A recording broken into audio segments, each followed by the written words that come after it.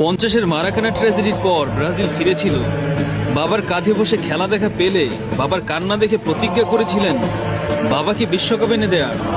ছেলে শুধু প্রতিজ্ঞাই রাখেনি, বিশ্বকাপের ট্রফিটাই একেবারে নিজের সম্পত্তি করে বাবার জন্য নিয়ে এসেছিল ব্রাজিলে। 3 বিশ্বকাপ জেতার কারণে সম্মানস্বরূপ ফিফা বিশ্বকাপের অরিজিনাল ট্রফিটা ব্রাজিলকে একেবারে উপহার দিয়ে দেয়। বর্তমানে বিশ্বকাপ ট্রফির যে রূপ, এটা মূলত এসেছে ব্রাজিলের কারণেই। 58 বিশ্বকাপ জয়ের পর আর পেছনে ফিরে তাকাতে হয়নি ব্রাজিলকে। ফুটবলের আদিম কুংফু রূপ ভেঙে জেগো বেনিতো বা সুন্দর ফুটবলে জন্ম দিয়েছিলেন পেলে, ভাভা গারিঞ্জারা। নৈপুণ্যের নায়ক ছিলেন পেলে।